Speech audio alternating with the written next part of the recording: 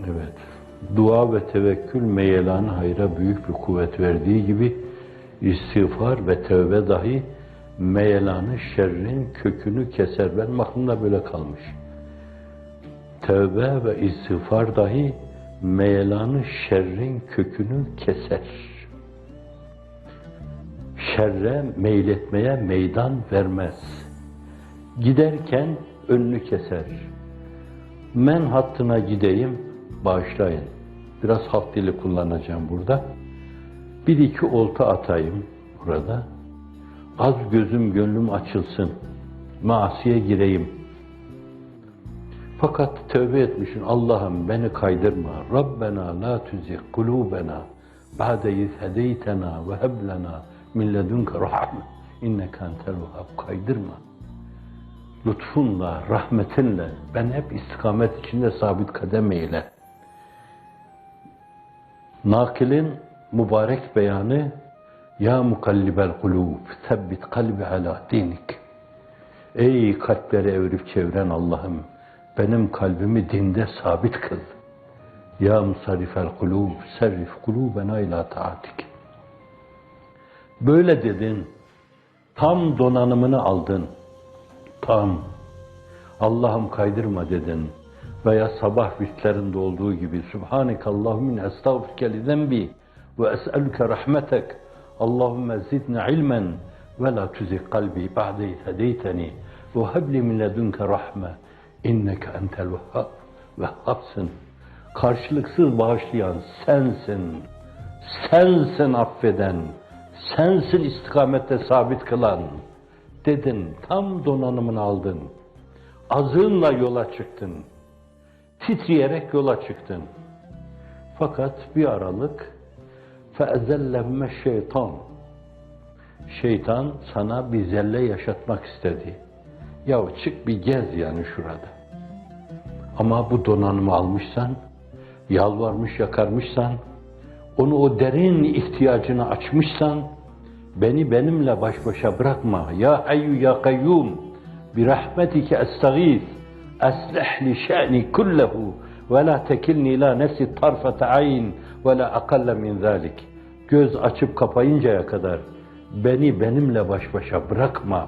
Ey hay ve kayyum olan, lafz-ı celaleden sonra gelen isimlerinle seni yad ediyorum, sana yalvarıyorum. Ya hayyu ya kayyum bi rahmetike nestağiz. Senin rahmetinden yardım diliyorum. Beni göz açıp kapayıncaya kadar ondan daha az. Benimle baş başa bırakma. Hevai nefsimle baş başa bırakma. Donanım tam. Fakat feezellehume şeytan, feezellehu şeytan. Çıktı karşısına gez dedi. Eğer böyle samimi kalbini Allah'a vermiş, o ona ihtiyacını tam ortaya koymuş, sensiz edemem ben, tut elimden demişsen, gidiyorsun oraya. Birinin başından geçen vakayı da hikaye etmiş oluyorum, üstü kapalı. O oraya doğru giderken hak dostlarından belki de bir Hızır, belki de Ebdal'dan birisi, belki de Evtat'tan birisi, belki de bir Gavs, bilemezsiniz, bir hak dostu. Yahu ben de seni bekliyordum yolda, önüne çıkıyor. Çoktan beri görüşmemiştik böyle. Tam semaverde kaynamıştı böyle. Zahmet olmazsa bir gitsek orada bir, hakikaten o semaverin hakkını versek. Tuttu böylece. Senin bir yerde ahdü peymanda bulunman adeta karşına öyle bir hak dostunu çıkardı. Bir yönüyle iradi olarak kaymaya azmetmiş, gidiyordun. Kaymak için gidiyordun.